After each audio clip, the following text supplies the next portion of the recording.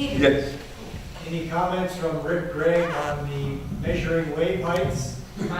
Well, don't believe it. He exaggerates. He totally exaggerates.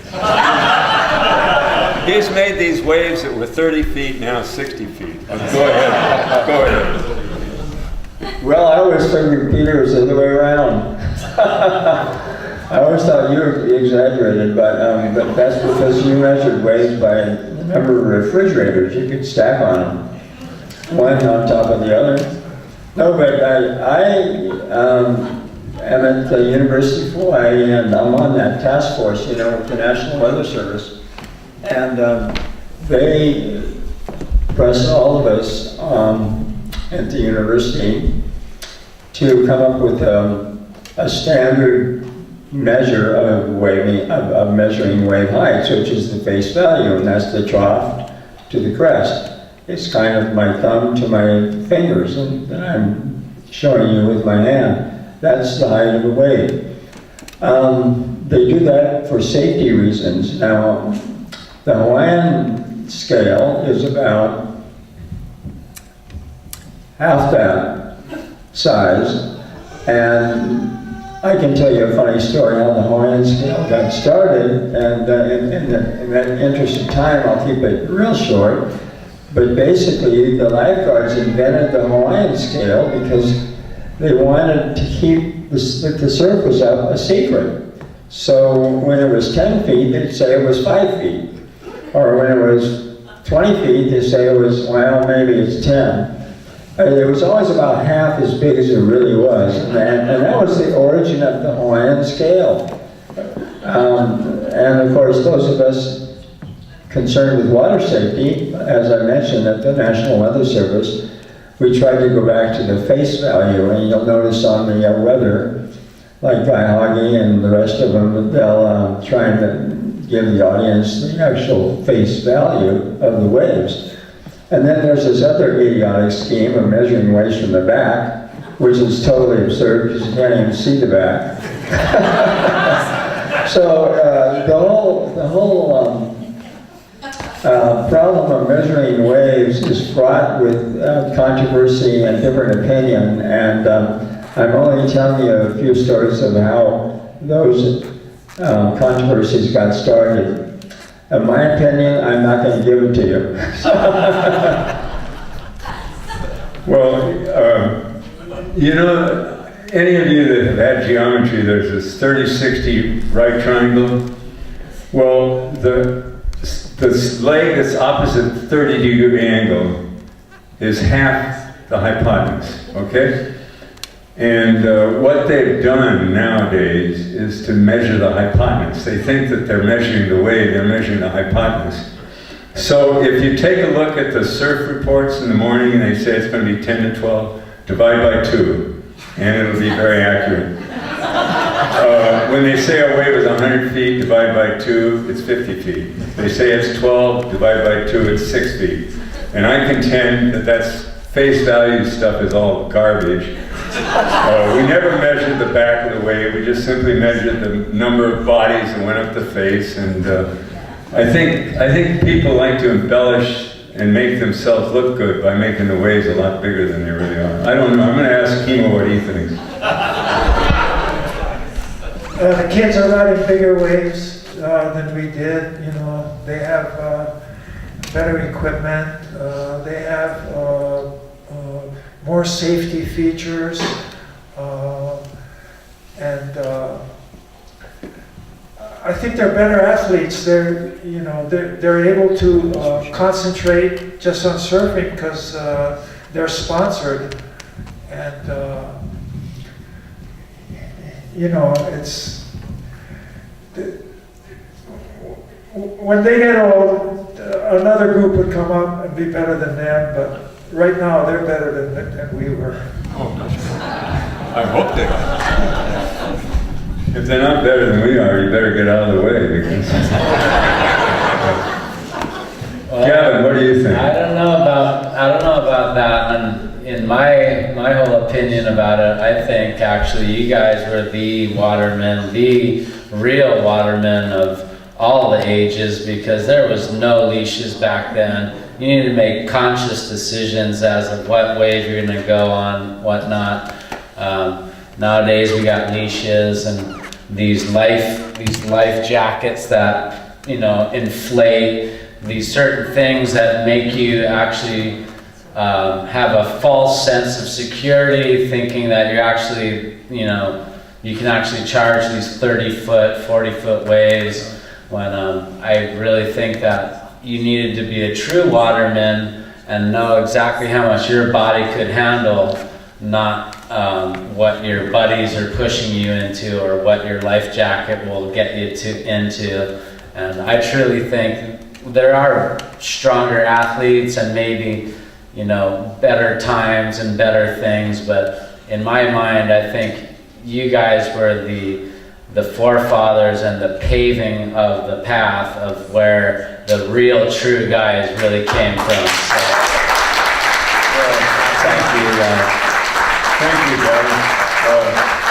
Actually, these guys just are, it's embarrassing. I mean, we're so obsolete that it's just unbelievable. But what are your thoughts, Ricky? Well, I have to agree with you, Peter. We are obsolete. Yeah, and thank you.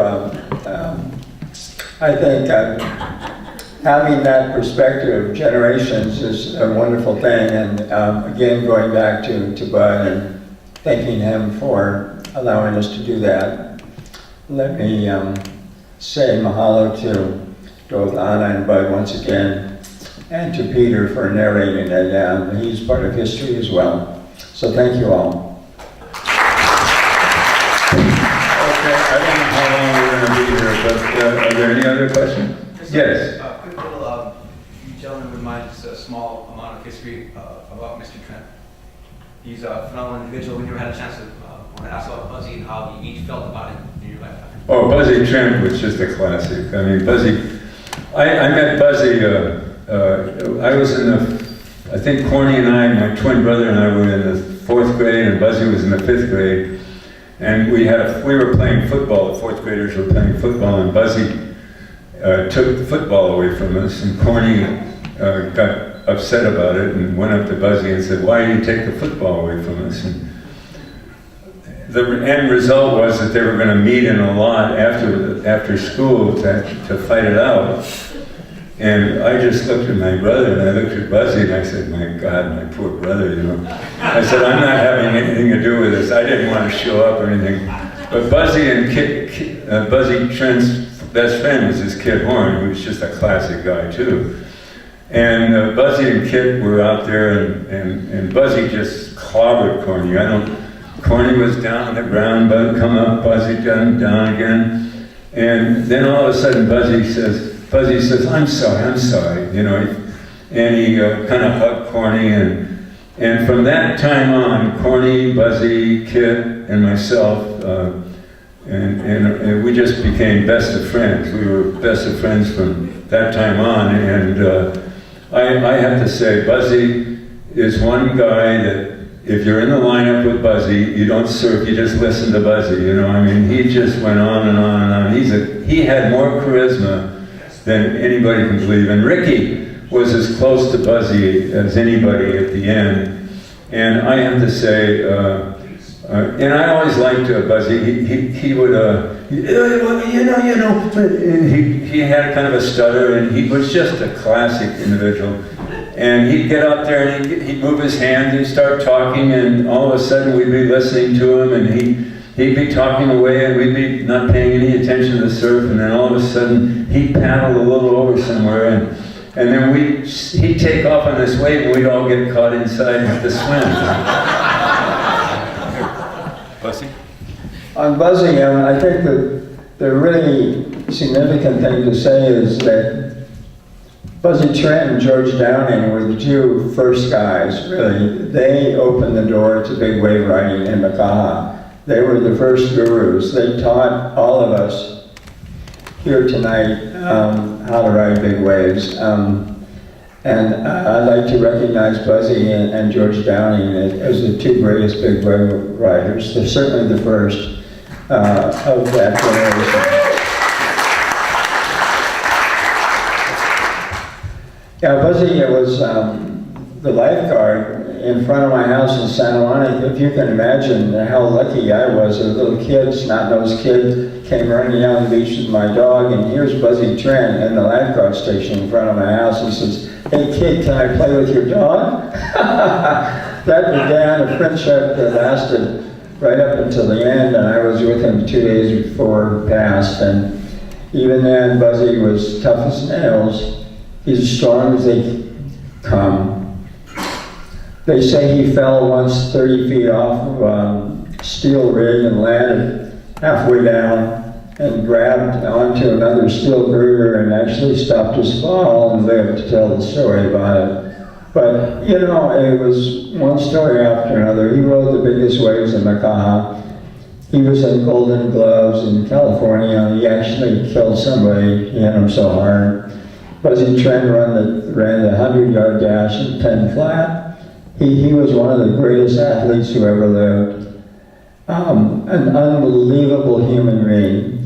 One reason I think big wave riding came to be was through the influence of great men like Buzzy Trent and of course George Downing. I put George Downing in the same category. Those two guys really deserve the credit. Thank you all. Real quick, Buzzy Trent thing. Buzzy lifeguarded on the south beach of Santa Monica, one tower up from me, and Buzzy was always calling and saying, "You got to watch that guy in the front there, you know. Watch that guy. He might be in trouble, you know, and everything else." And all of a sudden, one day, I look out there and there's this guy actually in front of Buzzy's tower, and he's drowning, and Buzzy's sleeping. So this was my chance, you know. So I called Buzzy up and I said, "Hey Buzzy, how you doing?" He said, "I'm doing all right, yeah, how you doing, Peter?" And I said, "Buzzy, by the way, Buzzy, is that guy in front of you there in trouble?" And the next thing I know, I see Buzzy running down the tower. Oh, I love that. That was really a highlight of my life. You got anything to add for Buzzy? I live in Wailua. Time for me to go home. Okay. Thank you, everybody.